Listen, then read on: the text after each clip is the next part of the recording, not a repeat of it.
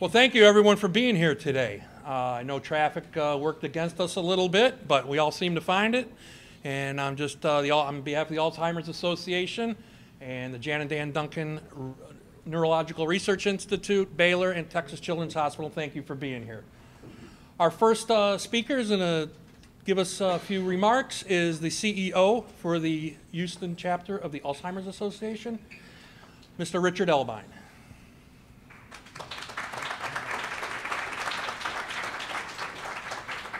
Thank you. Good afternoon and welcome to the second annual Alzheimer's Research Congressional Update. I'm Richard Elbine, the CEO of the Alzheimer's Association Houston and Southeast Texas chapter. We're thrilled to be partners with Baylor College of Medicine, Texas Children's Hospital, and the Jan and Dan Duncan Neurological Research Institute. We'd especially like to thank our hosts, Congressman Pete Olson, Jean Green, Sheila Jackson Lee, and Brian Babin for making this day of learning and awareness possible.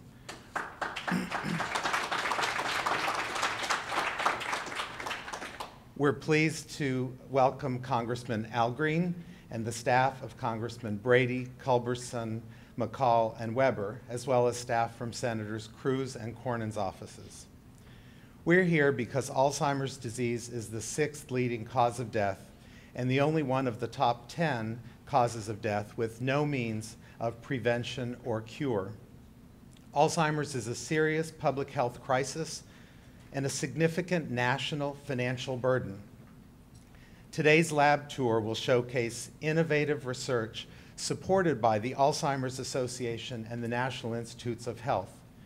You have already made a commitment to your constituents by your presence here today. Thanks to your expanded support of the National Institutes of Health and the National Institutes on Aging for Alzheimer's research, we in the Alzheimer's community have hope of one day eradicating this deadly disease. We encourage you to continue supporting the nation's collective fight against Alzheimer's. More than 100 years have passed since German physician Alois Alzheimer discovered amyloid plaques and tau tangles in the brain that characterize Alzheimer's disease. Most of our understanding of the causes, symptoms, risk factors, and treatments of Alzheimer's disease have been a result of research over the last 35 years. The Alzheimer's Association is the largest nonprofit funder of Alzheimer's research in the world. Let me share a few examples of our support for Alzheimer's research. Since awarding our first grant in 1982, the Alzheimer's Association has awarded more than $350 million to over 2,300 Best of Field grant proposals. Here at the Jan and Dan Duncan Neurological Research Institute, you will meet scientists funded through the Alzheimer's Association and have the opportunity to visit their labs. The Alzheimer's Association offers a free, easy-to-use clinical studies matching service for Alzheimer's research called Trial Match. Like an online dating service for Alzheimer's research, this program matches those with Alzheimer's, caregivers, healthy volunteers, and physicians with current research. Currently, Trial Match offers 225 clinical studies conducted in over 700 trial sites across the country. Additionally, the Alzheimer's Association publishes multiple peer-reviewed journals and hosts the largest international meeting of Alzheimer's researchers and scientists. In the lab tour, you'll see the progress we're making in our understanding of Alzheimer's disease. To continue the momentum, we need your help. As a nation, we need to continue to expand our investment in Alzheimer's research funded by the NIH and NIA. Your ongoing support brings us closer to that reality. Thank you for joining us today. Thank you for supporting the vision of the Alzheimer's Association. We look forward to celebrating our successes when we meet again next year. And now I'm honored to present Dr. Huda Zoghbi, who will give additional welcoming remarks.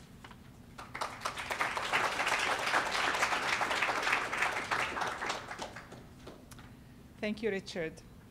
As director of the Jan and Dan Duncan Neurological Research Institute, with an inspiring collaboration between Baylor College of Medicine and Texas Children's Hospital, it's my great privilege to welcome our honorable members of Congress, the Alzheimer's Association, and all of you here today for what we know will be an incredibly special event. Before we begin, I'd like to acknowledge a few additional special guests who will not be speaking today, but please visit with them afterwards. Mr. Mark Wallace, President and CEO of Texas Children's Hospital, who had the foresight and fortitude to help us realize our vision for an institute dedicated to developing a better understanding and treatment for neurological diseases. Thank you, Mark, for making this institute where we meet today a reality.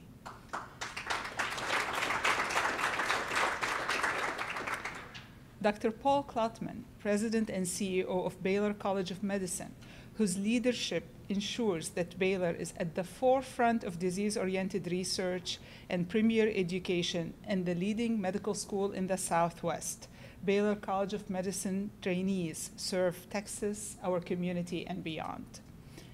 Dr. Mark Klein, Chair of the Department of Pediatrics at Baylor College of Medicine and Physician-in-Chief at Texas Children's Hospital, which, by the way, is the largest children's hospital in the Americas. Dr. Klein oversees one of the top departments of pediatrics in the nation, training physicians and physician scientists, serving Texas, the nation, and the world. Without the support of these amazing individuals, we would not have the people, the resources, or the facilities to do the top-level research and patient care that we do each and every day. Our institute draws on the incredible strength of both Baylor and Texas Children's. Our faculty are working tirelessly to better understand and ultimately treat a wide range of disorders, from autism to Alzheimer's. We have physicians, scientists, mathematicians, and engineers all housed here, collaborating to chart new paths toward effective therapeutics. During the tour today, you will see firsthand cutting-edge technology and innovative research using different models, from fruit flies to mice and humans.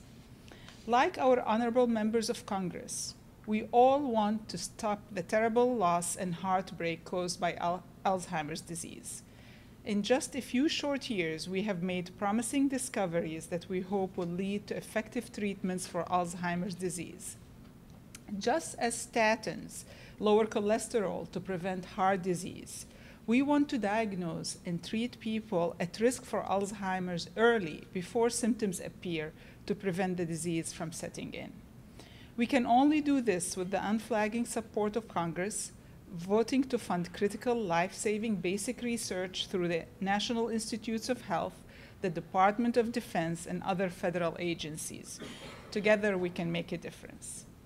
I would now like to turn the podium over to my colleague, Dr. Eli Mizrahi, Chair of the Department of Neurology at Baylor College of Medicine.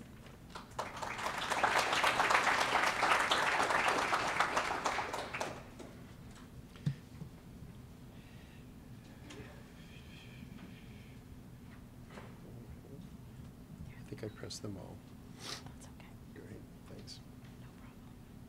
No problem. I want to go there. Great, thanks. And here's your Great. clicker. Okay, thank you. Well, Huda, thank you very much, and thank all of you for coming today.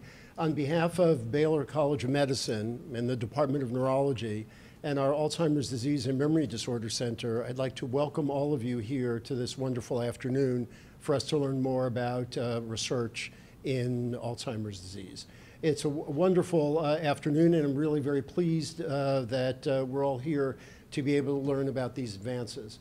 I want to also specifically thank our members of Congress who are here, and are grateful that they're able to take time from their day to be able to come and work with us as we learn more about this difficult disorder. I'd also like to add my thanks and recognition to Mark Wallace and appreciate his efforts. I've been part of Texas Children's for many years, and I'm very proud of that association. And of course, a special thanks and acknowledgement to Paul Klotman, the President and CEO of Baylor College of Medicine, and, by the way, my boss. So thank you very much. I also want to extend specific thanks to the Alzheimer's Association, not only for organizing this today, but also for the work they do every day in taking care of those who are affected by Alzheimer's disease. That not only includes the patients with Alzheimer's disease, but their families and friends and those in the broad umbrella of this disorder. There are many in the audience who do work in the field of Alzheimer's disease, but I'd like to recognize two that are specific to our Alzheimer's Disease and Memory Disorder Center. Our Associate Director for Research, Valerie Pavlik, who is over there, and then our Associate Director of Clinical Affairs, Dr. Melissa Yu, who is sitting next to her. They drive the center in terms of our clinical research and our clinical care. Let's see. When we think about research, we really think about it embedded within our overall enterprise of clinical care and the care of our patients, and then also the training that we do in terms of teaching the next generation of neurologists and neuroscientists who will advance the field. And this is all part of our missions here at Baylor College of Medicine when we think about Alzheimer's disease. And when we think about our Alzheimer's Disease and Memory Disorder Center, this is where our center resides. This is our Baylor College of Medicine Medical Center on the McNair campus, and right at the edge of the medical center, soon to be the center of the medical center. And we're on the 9th floor in new neurology space with dedicated Alzheimer's disease clinical and research space, and this is where we train our patients too.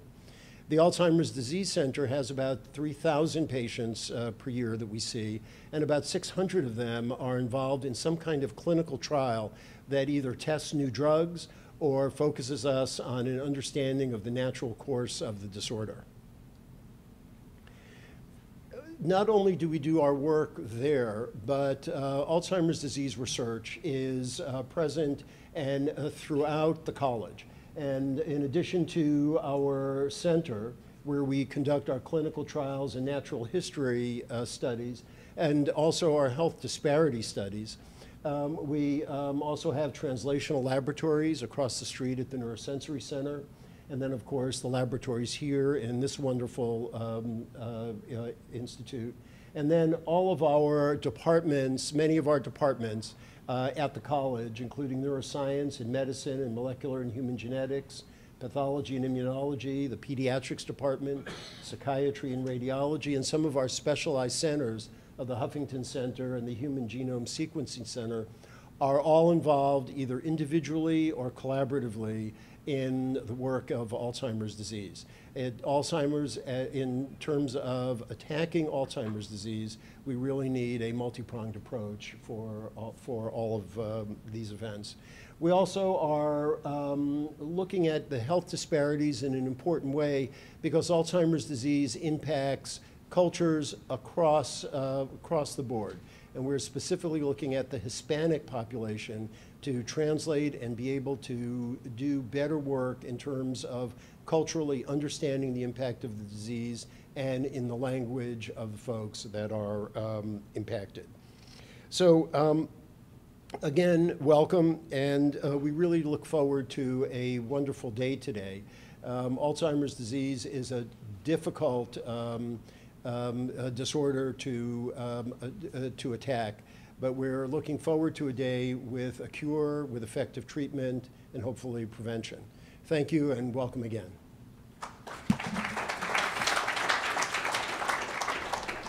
Thank you, Doctor. You may not realize it, but the Texas Medical Center lies in Texas District 09, and the congressman that represents this district is Congressman Al Green. I'd like to introduce him right now. Thank you. Thank you. Thank you, everyone, and welcome to Texas District 09. It's my honor to greet you and to welcome my colleagues to my congressional district.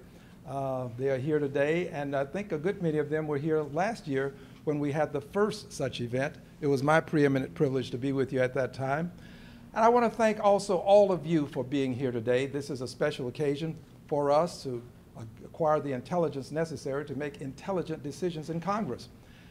And I want to do something that I hope will be perceived as intelligent. I'm going to be terse and laconic. I do understand that with 4 or 5 members of Congress speaking, if we each take our usual 1 minute, it would be 1 hour. So I'm going to try to abrogate, and if I can, make this as pithy and concise as possible. I do have to acknowledge, if I may, Dr. Zogby. I have heard such wonderful things about you.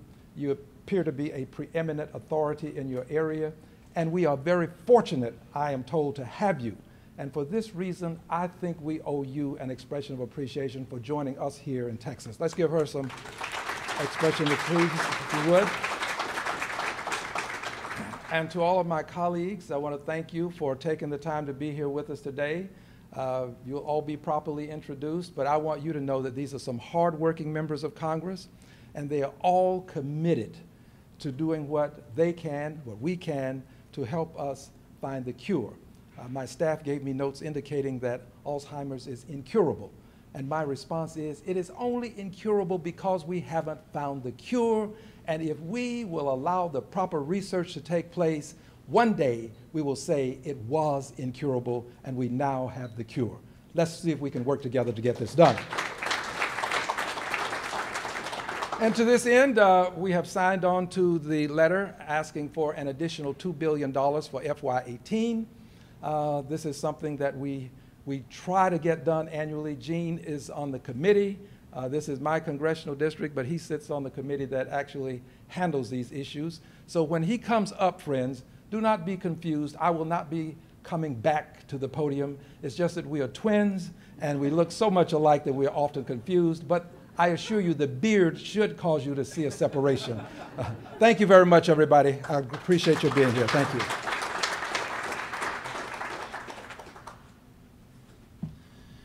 And now I'd like to introduce, representing the 22nd District of Texas, Congressman Pete Olson.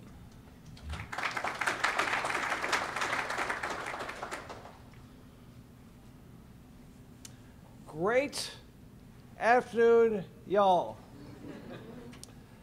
Now, my colleague Al Green went before me. He talked about this medical center being in Texas 09. In some ways, he's right. In some ways, he's wrong. Back home in Sugar Land, we call this Texas 22 Northeast. We're here for one reason: to cure the scourge of Alzheimer's. And as you can see, this is not a partisan issue. You have 3 Democrats here and 2 Republicans. That's Texas, and that's why we are so great. Some stats. A person is diagnosed with Alzheimer's in America every 66 seconds. 2 people have had that drug diagnosis since I've been speaking right now. 4.5 million of our citizens have this disease, and 36,000 Texans have this disease. As was mentioned, it's the 6th leading cause of death in America right now, and sadly that number is going up over time. But those are numbers. I will make this personal, because this disease impacts real people. We have a colleague named Sam Johnson, Texas 04. Hero, flew in Korea, Vietnam. On June 16, 1966, he was shot down coming home after bombing North Korea. Sam spent 7 years in captivity, being tortured every single day. Sam was so rebellious that the Viet Cong broke him out of the crowd and moved him and 12 others to a place they called Alcatraz, for more being solitary confinement for over 3 years. Sam came home, and I asked him, what was your biggest fear coming home? He said, seeing my family again, my wife Shirley. I thought, Sam, she'll love that. You've come home. He said, the first time I saw myself in the mirror, I was a broken old man, not an Army, a Navy, or Air Force pilot, but a crippled, white-haired man who weighs about 100 pounds. I was disgusted by my appearance. How about my kids? My wife, Shirley, when she sees me, is she going to freak out? He came home with that fear. He lands in Wichita Falls, Texas, later that year, right as the sun was setting. A small little snow, maybe 1 inch on the ground there. Sam's plane pulled up, went to a stop. He said a brief prayer, the doors came open, the lights flooded in. All the TV, radio, the entire town was out there to welcome their hero home. He was so afraid of what his wife Shirley would do when she saw him. As he's waving through the crowd with the bright lights, trying to find some semblance of his family, all of a sudden out of nowhere is a woman. Heels, nice dress, nice blouse, running through the snow up that ladder to give her husband a big kiss and say, darling, welcome home. They were reunited. I brought this up because we lost Sam's wife about 2 years ago. She had Alzheimer's. Her body was still with Sam. His wife was still there. But for the last 5 years of her life, she did not know her husband. She did not know her kids. She was all by herself, even though she's breathing, she's alive, and that crushed our friend. And so that's why I'm here today, support this cause, because Sam Johnson is not alone. Every family that has this disease goes through these dire, dire consequences and realities. As we sound the oil patch, let's get her done. Thank you.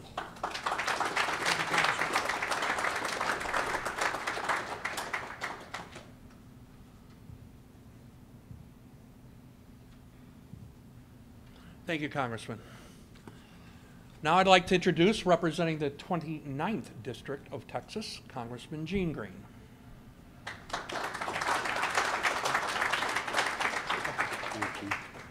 Good afternoon. And Alzheimer's has touched a lot of families. The first time I learned about it was 1995 when my mother-in-law was diagnosed with Alzheimer's. It was lucky enough that a counselor at MD Anderson recognized in an interview the issues. And she was actually a patient at Baylor College of Medicine in the 90s. We went through the progression of that illness. And my frustration as a member of Congress and working on health care is we haven't had much improvement since the 90s in treatment of Alzheimer's. Aricept, different levels of it, is probably still the medication. And it doesn't work, although it does show some slowness of the onset of it. She passed away in 2006. Her heart was strong. Alzheimer's just attacked every part of her body. And that's why it's so important. I do health care, one, not only because of that, because of where I grew up. Health care is so important. And that's why last Congress, we had a very bipartisan group came out of our Pete and I's committee, Energy and Commerce, the 21st Century Cures. A lot of good, at least the House bill did, a lot of good things, $10 billion of new research money over a 5-year period. So far, the down payment the last 2 years has been the $2 billion each year. Now we got to go back in September and make sure we get that third $2 billion. But it was also FDA reform, lots of good things, and it was so bipartisan. I was proud of it. The Senate did take a year, though, to get it done, and we passed it in the lame duck session with a little Senate amendments that sometimes is not the best, but it still got that research money. And that's why it's so important. And by the way, when my mother-in-law would come out, she was a patient, and we would bring her out for her annual exam. And sometimes my wife couldn't do it. She was still teaching algebra. So I brought her out to Dr. Duty's clinic. It was over off of South Main, and they would always say she's strong, her body's good, strong, but she just didn't know anybody. And watching that illness not only attack the brain, but every function of your body. And when she passed away, she could not physically move on her own. So that's why Alzheimer's is so bad. And that's why I support research, because that's one illness. There are lots of them, but we need to prioritize Alzheimer's, because we don't have enough money in this country unless we find a cure or a treatment for Alzheimer's to pay for those of us who are the baby boom generation. And I want to thank Baylor College of Medicine, obviously, and the Alzheimer's Association. By the way, my claim to fame is Alzheimer's is actually in our district on 610 Loop there. Al, you can't claim that. Your district's just down the street. So again, thank you, because I work on health care. I use my seniority on the committee to be the ranking Democrat on the health subcommittee, and we'll continue to do that. But our job now, when we go back in September, is make sure we get that third installment of that $2 billion for NIH. Thank you. Thank you, Congressman Green. Our next speaker, representing the 36th District of Congress, of Texas, is Congressman Brian Babin. Thank you, sir. Yeah, appreciate that. Thank you very much, John. It's a great honor to be here. And I've got a couple of notes. First off, I want to say thank you to everyone, especially the Alzheimer's Association, the Jan and Dan Duncan Neurological Institute, Baylor College of Medicine, and Texas Children's. And this is all stomping ground to me, Al. I claimed this between 1972 and 1976 when I went to dental school, probably less than 200 feet from where we're standing. I know this area pretty well, but I can hardly recognize it anymore. They've had so much construction here over the last few decades. But I want to thank you for having me. This is a wonderful event to recognize the patients and the caregivers who are working to defeat this terrible and horrible disease. As a member of the Congressional Task Force on Alzheimer's disease, I'm working hard with my Democrat and my Republican colleagues in both the House and the Senate to offer solutions to help alleviate this disease's impact on the American citizens and American families. Congress has been working to prioritize Alzheimer's disease research, with more than 5 million Americans currently living with Alzheimer's and more than 15 million Americans serving as caregivers to a family member or friend with a disease. It is the time to act is now, folks. I practiced dentistry for 36 years, and I saw many, many families where the caregiver actually usually lost their health before the demise of the patient who had Alzheimer's. That's how tough it is. Alzheimer's is the 6th overall leading cause of death, as we've heard today. It hits very close to home with most of us, and it is also the most expensive disease. It will cost $259 billion this year alone. My own chief of staff recently shared with me the challenges that his family is facing with his own mother, who was just recently diagnosed with Alzheimer's. This disease absolutely knows no boundaries.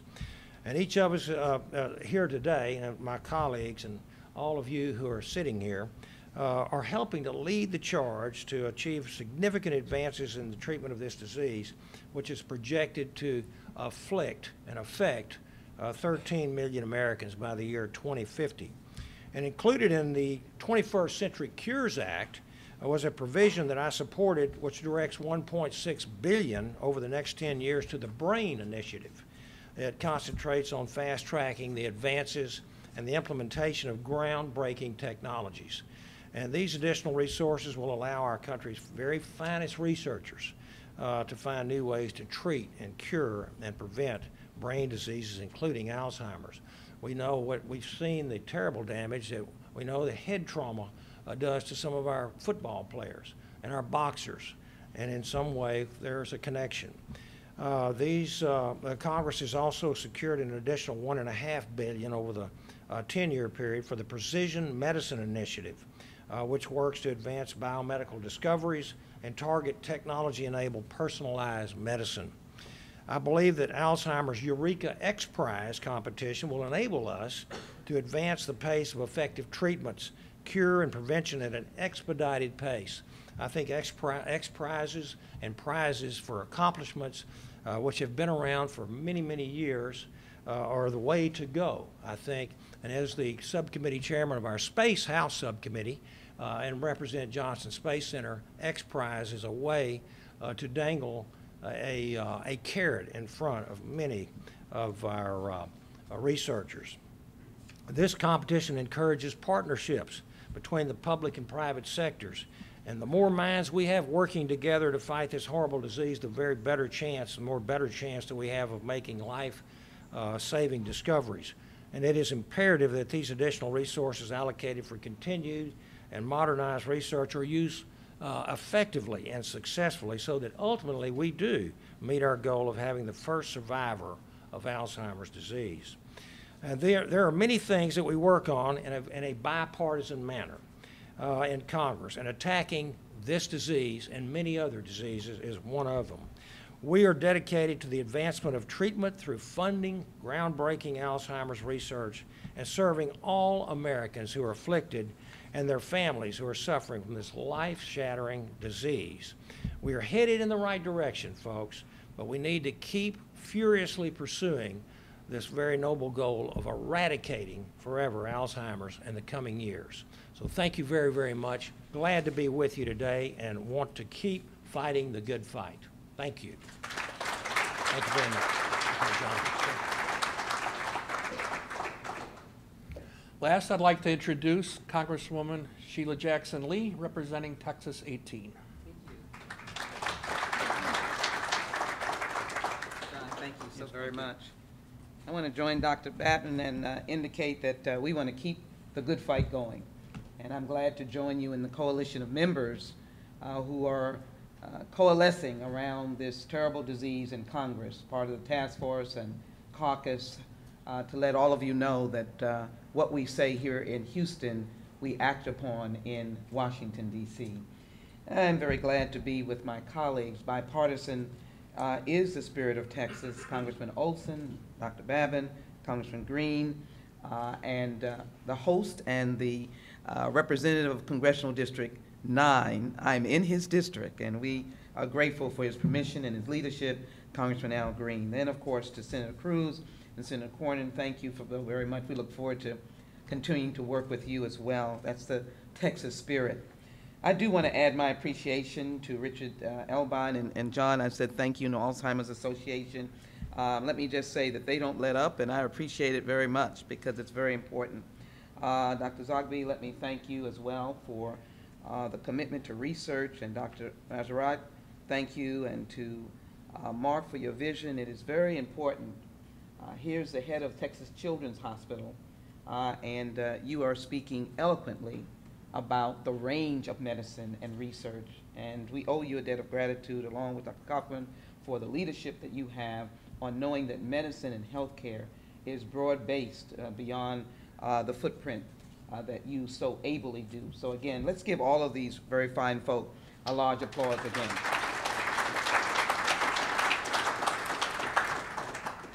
I think I'd like to say from President Reagan to my own constituents, maybe I've had a unique experience in joining a family looking for their loved one.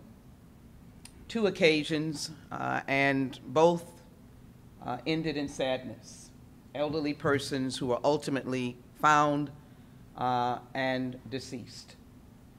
And so we know that besides dying of the disease in a calm manner, and I would not consider it calm to have that disease, there's also the enormous tragedies of those who have the disease, who wander off, and I think in the last 48 hours, a 79-year-old man wandered off, but how grateful we are that he was found. And so we know that this is a realism that is not something that we read about. We know it personally, or we know our president, President Ronald Reagan, vibrant, a masterful writer of great and beautiful horses and loved his ranch and loved his wife and family and certainly loved this country, who had to step from the world stage because he had Alzheimer's. And I think this cause is so very important because for those who live with Alzheimer's disease, the efforts to raise awareness and increase public investment in detection treatments in ultimately being an optimist, a cure. But we know that it's one of those diseases that you can't prevent from coming. You didn't eat right, you didn't exercise, here it is. And we know that by 2050, between 13 and 14 million Americans will have this, and I think that's really at the cutting edge. We also know the National Institutes of Health estimates we will need a total of $2 billion in FY 2019, which is what we want to make sure they have to advance our goal of preventing and treating Alzheimer's disease and related dementias by 2025. But it's costly to families. And as I spoke to Mark Wallace, and he spoke about the enormous impact the Medicaid has on his particular unique business of children, it also has an impact on those elderly persons who need that resource as they come into this disease and may need to be cared for without family resources. And so Medicaid expansion is something that we should look at as it relates to all of our health care, because it is a financial, I wouldn't call it burden, because families don't feel burdened by their loved ones, but they feel heavily held to the requirement of caring for them. The sheer intensity of caregiving for a loved one with the disease. In 2011, nearly 6 million caregivers assisted older adults with dementia, devoting more than 6 billion hours. And that's why I'm the co-sponsor of the HR 2972 Alzheimer's Caregiver Support Act of 2017. This bill provides support and grants to public and nonprofit healthcare providers. I hope the Alzheimer's Association can benefit from it to expand training and support services for families and caregivers of patients with Alzheimer's. We need that. Talk to the family member. I think we heard Dr. Babin indicate the devastating impact on, if you will, those families. To think of our colleague, strong as he is, Congressman Johnson, and to be able to have Gene Green at the helm is a very special plus for this great state and this great city. But let me share with you as I come to a close some very important messages that we collectively, I love when we do it in a bipartisan manner. The original Trump budget was cutting $5 billion from NIH. $5 billion. I'm on the Budget Committee. The Budget Committee is the third element to all of the medical reform, particularly these last couple of bills, because it was reconciliation. And that was a 19% cut out of the $30.3 billion. One of the cuts was taking money out of the Fogarty International program that relates to international research. But I don't know, we all know you're in the medical, how should I say, traditions. You are team workers. And you realize that 80% of the money in NIH goes out to 300,000 researchers, and I certainly hope that we're getting our fair share because you are stupendous. And I know your record on NIH monies, a $5 billion cut. So now there's some talk about an $8 billion, and I'm at a $0 billion, because I believe NIH is so crucial to the life and quality of life of so many Americans. So I welcome your engagement in working with us to educate that NIH, for example, with those researchers, generates jobs and money. It's an economic engine because that money is pushed out and lives can be changed. There's something else that I think is very important, and that is the 21st Century Cures Act, and I want to thank my colleague, Congressman Gene Green, and all of us working together, boosting funding for medical research. It took a period of time, easing the development and approval of experimental treatments and reforming federal policy on mental health. But I offered an amendment that was approved that would increase the numbers of outreach, historically black colleges and universities, Hispanic serving institutions, Native Americans, and rural colleges, to ensure that health professionals for underrepresented population are aware of research opportunities under the Act. The more that we can expand those individuals here in the medical center and beyond, it's very important. The amendment was adopted by the House, and frankly, I think it provides an important, stable pathway for us to be able to improve the numbers of individuals who are impacted by this disease, also be involved. My last point that I want to make that this amendment ties to is the fact that in 2012, out of 16,800 medical school students who graduated in 2012, 7.4% were Hispanic and 6.8% were African American. Someone would ask, where does that lie in terms of Alzheimer's research and what we do? Is that we have to make sure that we have a holistic team that is dealing with research and also dealing with outreach, as indicated, to the Hispanic community in particular, so that they are aware of the early signs, or they know where to go. And as it relates to the African American community, likewise, because the individuals that I joined the family with were in fact from that population, and they lost their lives. So I am very, very pleased to be part of the team. I'm unhappy as to where we are, but I'm excited about the individuals who are committed to this fight. And I do want to thank my good friends Jan and Dan Duncan for their commitment to medical research in this great institute that is unique to Texas and particularly unique to the Texas Medical Center. And with a little bit of humor and permission from my colleague, Congressman Al Green, there's not a moment that I'm not on the floor bragging about the Texas Medical Center for what you do and what you represent in all phases of good health care. And so the Alzheimer's Association, I look forward to joining you. This is the second year, and you can monitor our actions in Washington, that our words mean our actions and our deeds. We fight for more resources because the work you do is deserving of the commendation and the acknowledgement and the celebration, not only of those who research, but those families every day that look into the blank eyes of loved ones who they love, know their stories, and know their history. Thank you all very much. Thank you, Congresswoman.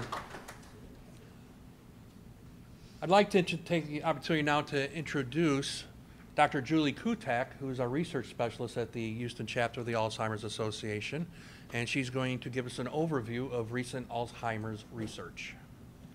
Dr. Kutak.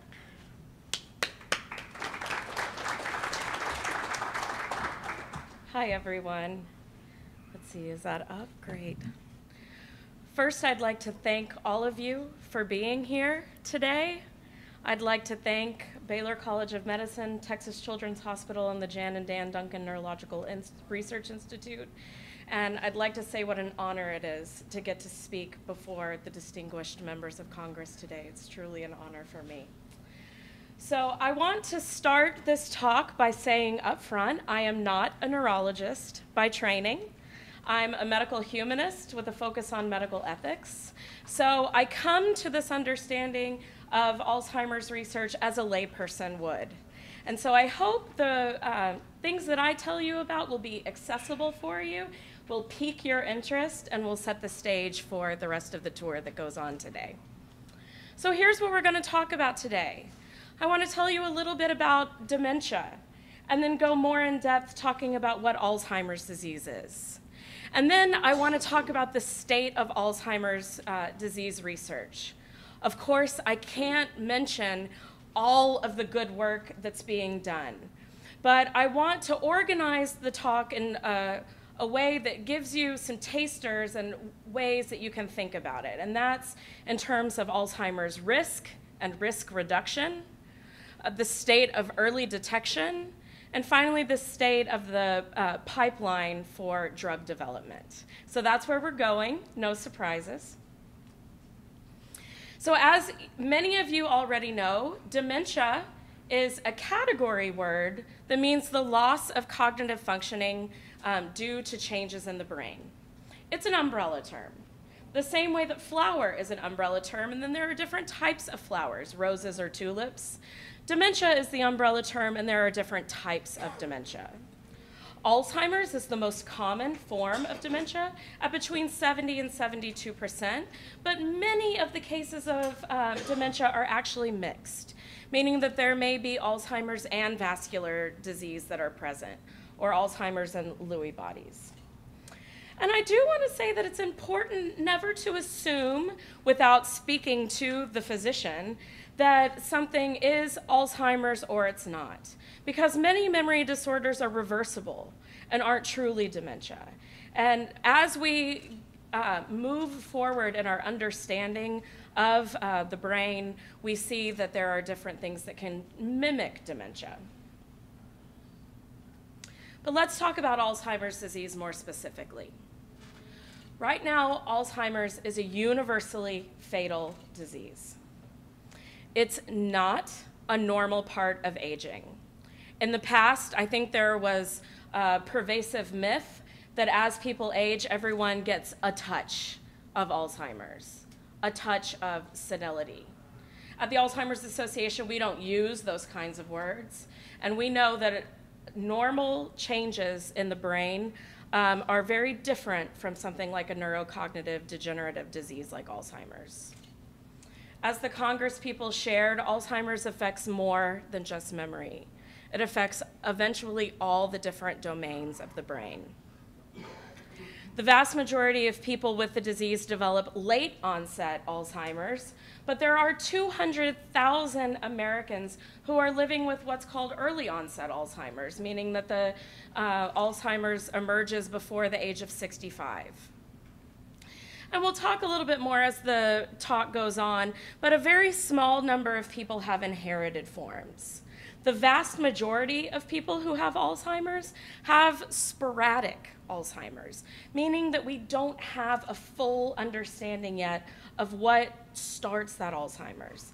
And so we say, if you have a brain, you're at risk for developing Alzheimer's, which means that you and you and you and I all have a vested interest in being part of the solution and being part of the fight against Alzheimer's. So to understand what happens in the brain with Alzheimer's, let's talk a little bit about the brain. So the brain is a fascinating organism that goes so far beyond my understanding, but here's what I know. There are 100 billion nerve cells inside every single one of our brains, and they're doing trillions of activities. They're taking in sensory information. They're processing thought, regulating mood, consolidating short-term memory into long-term memory. It's your brain that's keeping you upright in your chair. If you were to pass out, you'd fall out of your chair. The brain is doing so many complicated activities all at the same time. The nerve cells in the brain are long cells that are branched. And so if you imagine inside the brain, it's like a branched forest with neurotransmitters and electrical impulses going on inside. A really exciting place to be at the microscopic level. What happens in Alzheimer's is multivariant, but the plaques and tangles are two of the clinical hallmark features of Alzheimer's disease. When Alois Alzheimer looked under the microscope for the first time at Augusta D., the first patient to have Alzheimer's disease clinically described, he looked at the cells under the microscope and found these two clinical hallmarks: beta amyloid plaques and neurofibrillary tangles. Beta amyloid is a protein that's found inside of every one of our brains, but it becomes mutated, misfolded, and becomes sticky through a series of different mechanisms. And then that beta amyloid sticks to itself and creates bony plaques in between the neurons. Inside the cell, as part of the microtubule system and skeletal system of the cell, is another protein called tau. Tau gets hyperphosphorylated, and that word's not on the test. But tau gets hyperphosphorylated and collapse, causing the tangles. So the words to remember are plaques and tangles. When the cells aren't able to communicate with each other anymore, they eventually die, and the brain actually shrinks. So the brain that's healthy weighs 3 to 5 pounds. The brain with severe Alzheimer's disease will shrink to 1 to 3 pounds. As you've heard over and over again, the statistics are staggering. And when I hear the word 5 million Americans, or the phrase 5 million Americans live with Alzheimer's disease, I can't really get my head around that. But that means that it could fill, the number of people living with Alzheimer's could fill NRG Stadium 75 times. And I will say I have been on the 610 loop during rodeo traffic. So I imagine, you know, I can get my head around that. Alzheimer's kills more than breast and prostate cancer combined. Alzheimer's killed my grandmother after a 14-year-long battle with the disease. So it hits home for me too. And we know the economic toll. By 2050, the cost could rise as high as $1.1 trillion. But in 2017, Alzheimer's will cost the nation $259 billion. So research is the only way that we're going to stop people from dying from Alzheimer's disease. And I can look at this slide in a couple of ways. The type is small, so I'll show you. Between 2000 and 2014, the number of cases of breast cancer went down, prostate cancer went down, heart disease went down, stroke, HIV, and Alzheimer's increased. So you can look at that slide and be disappointed with that statistic, but I look at it in a different way. I see it as optimism, because when we turn our attention towards a disease process, collectively, we make great strides. And now is the time to turn our attention towards Alzheimer's disease and turn that slide in a different direction. So I see that, and it gives me a little bit of comfort. I just recently returned from London. In July of 2017 was the Alzheimer's Association International Conference. This was the biggest conference yet of what's already the largest international conference on Alzheimer's in the world. There were over 5,700 attendees from over 65 countries, and they were all there for the same mission, moving us closer to a world without Alzheimer's. And I want to tell y'all a little bit about the research that has come out of those conferences. So as we talk about it, I'm going to talk about risk, detection, and the clinical drug pipeline. This doesn't get at all of the research that's going on, and you'll see more of that research that's being done in the lab today, but this just gives you a taster. Here's the other startling statistic. Disparities are real in the way that Alzheimer's affects different communities. Communities that are already historically underserved are also bearing a larger burden of disease. African Americans are 2 times more likely than their non-Hispanic white counterparts to develop Alzheimer's disease, and Hispanics and Latinos are 1.5 times more likely. And there's research that came out of the 2017 AAIC, Alzheimer's Association International Conference, that is supporting these statistics. There was one study that came out that suggests that one major stressful event may actually equal 4 years of cognitive aging. This trial had over 1,300 adults. They were primarily white, but there were 82 African Americans. They did see a correlation that more stressful events equaled lower late life cognitive functioning. But no matter what the educational background, socioeconomic background, African Americans in the study experienced significantly more stressful events. This adds to a growing body of research suggesting that socioeconomic determinants of health really have an impact on how people experience disease and the risks that they have for disease. Of course, more research is needed. This is one study, but it was a startling one. The Lancet International Commission on Dementia Prevention and Care came out with some research that shows that 33% of dementia cases worldwide may possibly be preventable.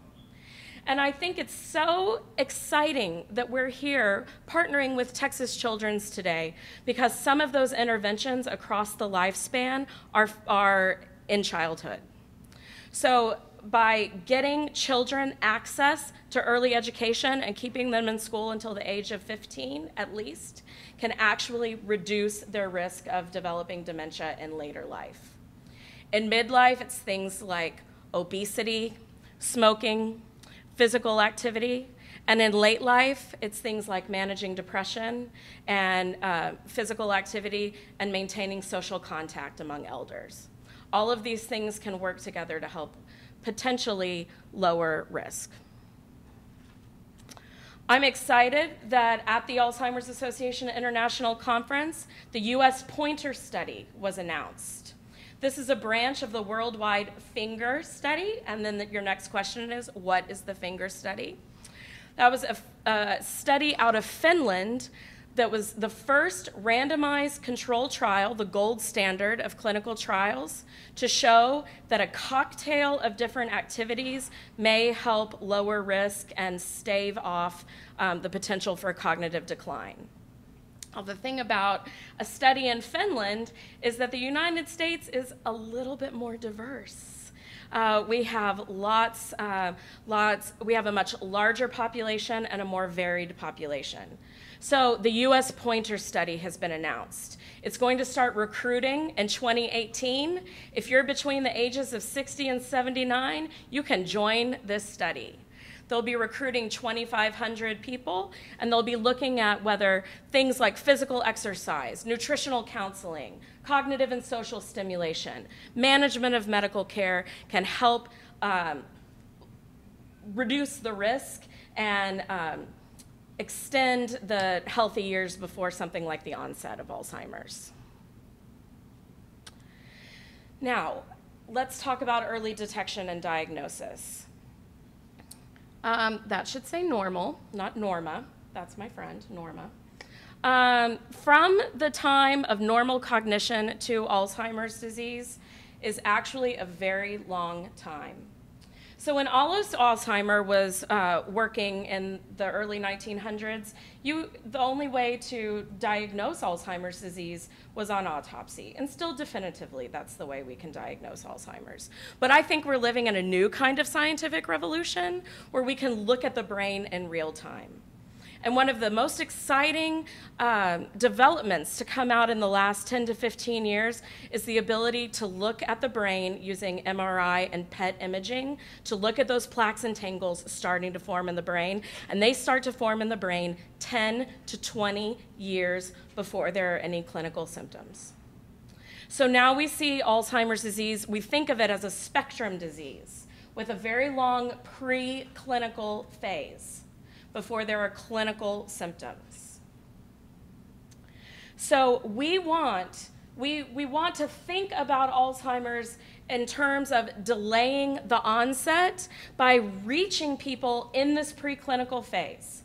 We don't wait for the heart attack to happen to start managing heart disease. And possibly in the same way, we don't wait for the clinical symptoms of Alzheimer's to emerge before we start treating that. So one of the things that scientists are looking at are biomarkers, different entities that can be tested to show the development of beta amyloid or tau or something else in the blood that indicates that Alzheimer's might be developing. So they're looking at things in the spinal fluid, hippocampal volume using MRIs and CAT scans, and then molecular imaging of beta amyloid and tau. So lots of different fronts that they're looking at. This is an interesting study that came out. They looked at 400 cognitively healthy people across different ethnic groups, and then they followed them for 4 years. Before they started following them, they gave them a significant smell test, the Pennsylvania Smell Identification Test. After the 4 years, they simply observed who had cognitive decline and who had converted to Alzheimer's disease. Those that had a lower UPSIT score, a lower score on that smell test, predicted cognitive decline. Now, this is one study, but what an exciting thing to look at. That's something that could be as minimally invasive as smelling different scents could potentially be an indicator that you need to go to the neurologist and have more testing done. Similarly, this much larger study, 33,000 participants, looked at a retinal nerve fiber layer and found that there was significant association between a thinner fiber layer and poorer cognition. Can you imagine going to the doctor's office to get your cataracts checked, going to get your eyes checked, and the doctor saying, we see changes and we need to refer you to a neurologist? Finally, I want to talk a little bit about the clinical drug pipeline. Currently, there are no therapies that can cure Alzheimer's, and the medicines that are available only temporarily improve symptoms. They may slow the worsening of symptoms in some people for some time. That's not good enough for me. There are no drugs that stop or slow the process of nerve cell death. So they improve the connection between the cells that are still there, but they don't prevent the cells from dying. It has been 14 years since a new Alzheimer's drug. And I can't give you the name of a compound that I could say, look to this drug. But what I will say is that scientists are looking at every stage of the spectrum. They're looking at genetic mutation and risk factors. They're looking at how the proteins misfold. They're looking at oxidative damage and free radical damage. They're looking at insulin resistance and cell death. They're looking for preserving neurons that are still alive and keeping them from dying. So it's a multifocal approach where people are looking at different interventions. So with your help, with your continued efforts, I really hope to be able to come back here in 10 years and say, we have found something new. So our needs and priorities continue to be for early, accurate diagnostics, for people to have access to both primary care providers and to neurologists and geriatric psychiatrists who can make the diagnosis, to continue the search for biomarkers, to look for disease-modifying treatments, and to operationalize and systematize and streamline the treatment pipeline. I want to thank you for your continued federal investments in research. I'd like to thank you for being here today, because your attendance is a sign of your commitment to end Alzheimer's. Thank you very much, and I look forward to working with you.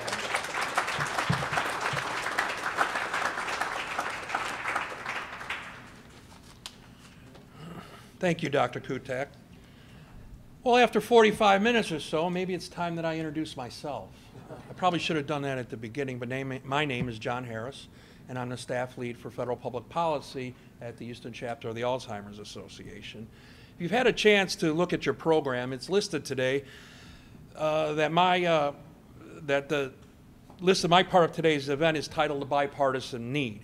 I'd like to change that title to "A Need for Support from Everyone." Because when you get right down to it, Alzheimer's disease is not just a political issue, it is a people issue.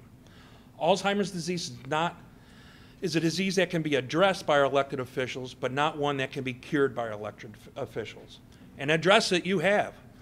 Currently, Alzheimer's research spending through the National Institute of Health stands at roughly $1.4 billion through fiscal year 2017.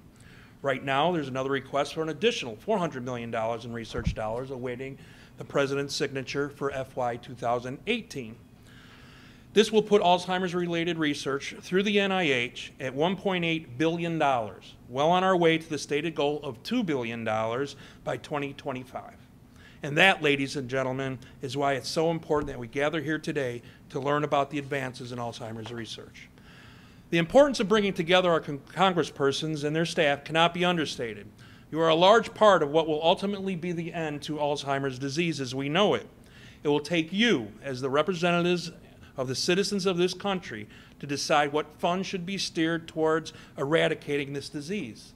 It will take you, to decide what direction the nation's Alzheimer's policy will go. It will also take the Alzheimer's Association to continue to bring awareness to this disease, and it will take our researchers, such as Dr. Schulman, and institutions such as Baylor School of Medicine and the Texas Children's Hospital to show us that one day this disease can and will be conquered. So you see, bipartisan support is important, and it's necessary, but it's only a small piece of the pie. It takes all of us working together to eliminate Alzheimer's disease. It's why the Alzheimer's Association is always in your congressional offices. It's why we're here today showcasing the research of Dr. Schulman, and it's why you, as our elected officials and staff, are here. There is a saying first brought forth by the one and only Benjamin Franklin: an investment in knowledge pays the best interest. This is never truer than it is right now. The knowledge and information you gain today will hopefully guide you to make informed, well-thought-out decisions when it comes to Alzheimer's funding, Alzheimer's policy, and Alzheimer's legislation tomorrow. The 5.2 million people dealing with the disease are counting on you to be as informed and knowledgeable regarding Alzheimer's as possible. They are counting on you to look out for their best interests, and with the help of the Alzheimer's Association and institutions such as the Jan and Dan Duncan Neurological Research Institute, we know that you, our congressman, will do just that. The disease is robbing our loved ones of one of the most important, precious gifts they own, their memories. In my working, functioning mind, that's simply unacceptable. It needs to stop. And that process begins with us learning about Alzheimer's disease, asking questions about Alzheimer's disease, and never, ever forgetting that the memories we made yesterday are not guaranteed to be there tomorrow. So I finish by thanking all of you for being here today. Thank you for expanding your knowledge regarding Alzheimer's disease, and thank you for what you will do in the future, because when it's all said and done, the end of Alzheimer's starts with us. Thank you very much. I'd like to now introduce Dr. Joshua Schulman, who will give us an overview of the research that we will see today. Doctor? Thank you.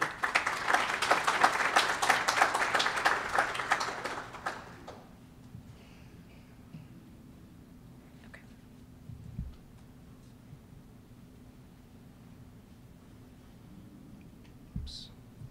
Don't look. Okay. Well, thank you very much for the chance to address this distinguished audience today. I'm Joshua Schulman. I'm a neurologist. I see patients a half day a week at the McNair Neurologic campus that Dr. Mizrahi introduced. And the rest of my time, I'm privileged to have a laboratory here at the NRI. And one of our foci is, as I indicate here, understanding the genetic mechanisms of Alzheimer's disease and trying to translate those insights to help our patients.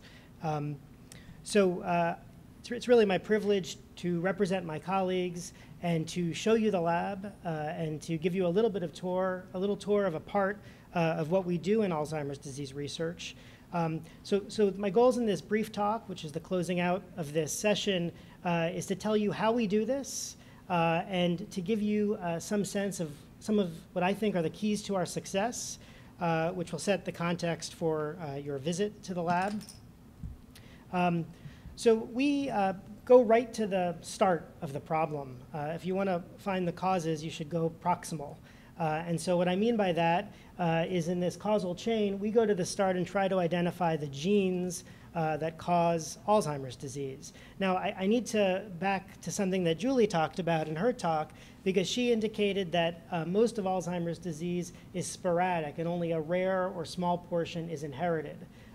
But what I want to clarify there is what she means is that it's only rare that we see Alzheimer's disease occurring in families, one generation after another, which we call familial Alzheimer's disease. But what we now appreciate is that genes actually affect all Alzheimer's disease. And there's a very important heritable component to Alzheimer's disease that's setting the stage for vulnerability in nearly every patient that develops this terrible condition. So a big part of our efforts in the laboratory is to try to discover these genes. And those human genetic studies become a starting point for a lot of the biology we do in the lab. And so as I mentioned, Alzheimer's disease is highly heritable, and we think that by identifying those genetic causes, we can help inform how to better diagnose this condition, how to identify those that are at risk of developing the condition, which is going to be the population that we want to treat with preventative measures. And really importantly, and I put in boldface, by finding the genes that cause this disease, we can identify mechanisms that guide new therapies. which is really one of the major reasons we do this work. How do we do it? Well, it starts in the clinic. We have to recruit individuals with this condition. We have to recruit individuals who are at risk of Alzheimer's disease. We have to work closely with other neurologists to characterize these patient populations in great detail and collect specimens from, in particular, blood and the genetic material DNA. And once we have that material, we can use a variety of assays to identify the types of changes in the genome that might be causing Alzheimer's disease. And we can identify these candidates by doing a whole variety of different types of statistical tests. It's actually very hard to show you this type of research, so you're not going to see much of it in the laboratory today. Really, the hard work happens in our clinics, which you heard a little bit about already. And the important thing is that discovering the gene is really just the beginning. What we really need to do once we discover the gene is figure out what it's doing, okay? And this is where experimental models become really essential and important. And we have to move away from human populations and families, and we have to go into the laboratory and use animal models or cellular models to try to work out the mechanisms. These types of models help us pinpoint the specific responsible genes, because sometimes from human genetics we can identify kind of the general region or a handful of candidates, but the experimental models help us pinpoint the precise causes. Sometimes we can identify a change, but we need to confirm how that particular change in the gene actually impacts function. And lastly, the key thing is that most of the genes, we don't really understand what they do, okay? And in particular, even in cases where we understand something about genes, often we know very little about what it does in the brain. So understanding the brain functions of genes is a great problem, and it's one that model organisms and experimental models can really bring a lot of added value. And we use a range of different models in the laboratory, and my colleagues in the NRI and across Baylor and the Texas Medical Center. But I want to focus in a little bit more to tell you about fruit flies, because we use fruit flies quite a bit in my lab, and you're going to see some of the flies, and it always leads, well, how can you study Alzheimer's disease in a fruit fly? Well, it turns out we actually have pretty excellent fruit fly models of Alzheimer's disease that have really proven their worth over the last 10 years. And so I think an important take-home that you probably didn't come in here thinking you were going to hear about today is how flies can be helpful to Alzheimer's disease. So I want to give you a couple of bullets on this. First of all, about 2/3 of human disease genes are actually present in fruit flies. Okay, so for the majority of genes that cause human disease, we actually can study them in the context of a fly. Now, what's really useful about flies is that they're really quick, and they're actually quite inexpensive. So we can do a lot of research on a lot of genes for little cost in the small fly. And in particular, you're going to learn a little bit about large-scale screens with flies. Because flies are quick and cheap, and we can do things on a big scale, we can study many genes quite rapidly in succession. This is really valuable to take large hypotheses and refine them down to pinpoint the real serious leads that you then want to take forward and say into mice and back into human studies. Flies allow us to do very powerful genetic manipulations. You can very quickly remove or add back in genes. You can affect their expression or activity in different regions of the fly, including the brain. Now, this will be a surprise. I mean, I am a neurologist that treats humans, in addition to flies, I suppose.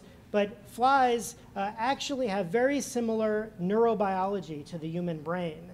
Some of the same neurotransmitters exist in the fly brain. I should say they have a brain, which may be a surprise to some. Flies have neurotransmitters like acetylcholine, which is an important neurotransmitter in Alzheimer's disease.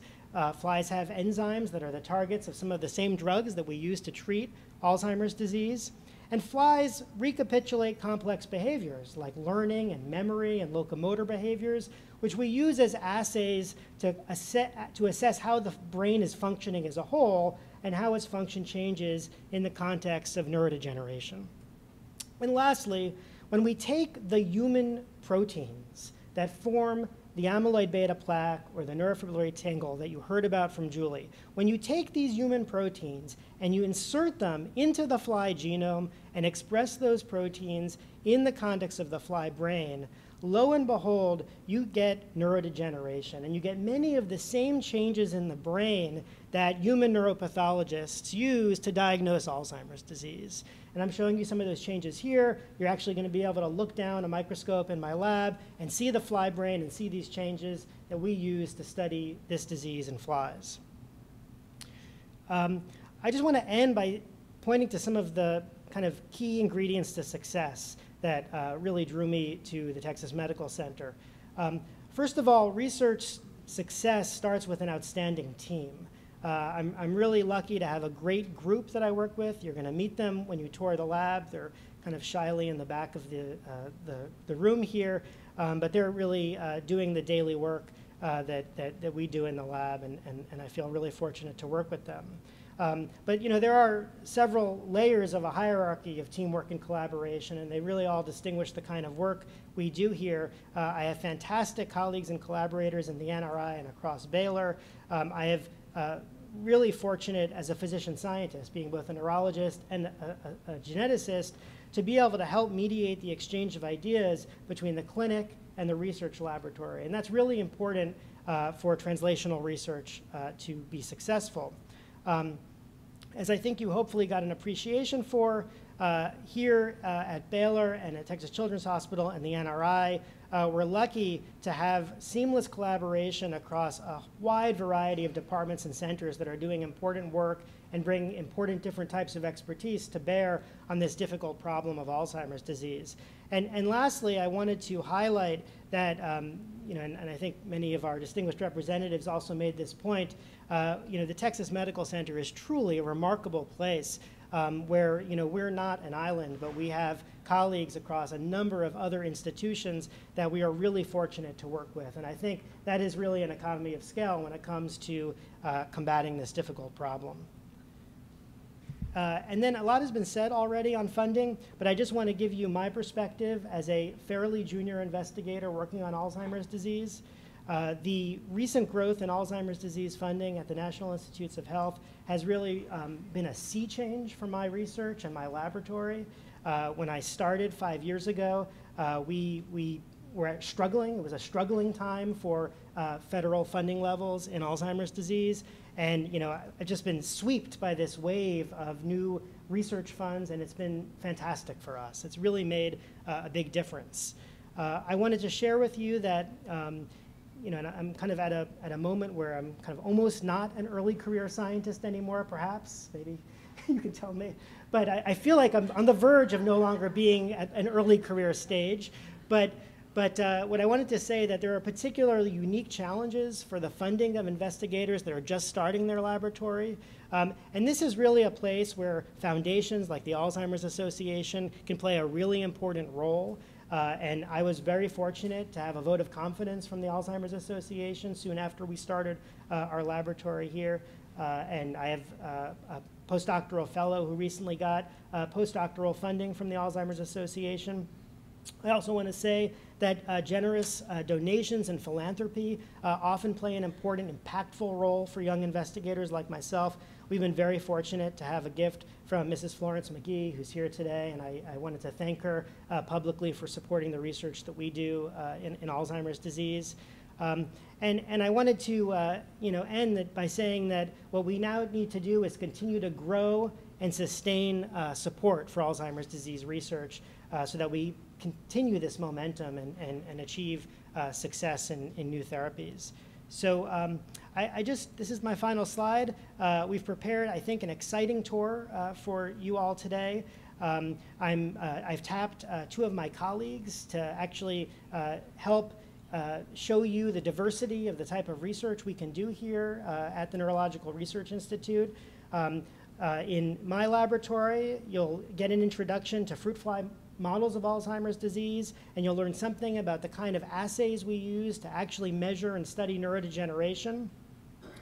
We'll show you the laboratory of my colleague Juan Botas, where in particular he has a one-of-a-kind cutting-edge piece of equipment that I don't think exists anywhere else in the world. It's a robotic Actually, the less I tell you, the better, because it's really quite a surprise. But it allows us to do very high throughput, large scale genetic screening based on behavior in fruit flies. And then finally, and this is really important to me, again, as a neurologist, when we have insights in simple models like flies, we want to be able to take them and show that those insights are relevant to the mammalian brain. Of course, ultimately the human brain, but the mouse becomes an important way station for our research. And so we're going to show you ongoing work and methods in my colleague Benjamin Orenkiel's laboratory, where he's studying the way brain circuits form and the way they function, including in disease states. That's the kind of outline for today's tour and the orientation. And I thank you for the privilege and this opportunity to show everyone the labs.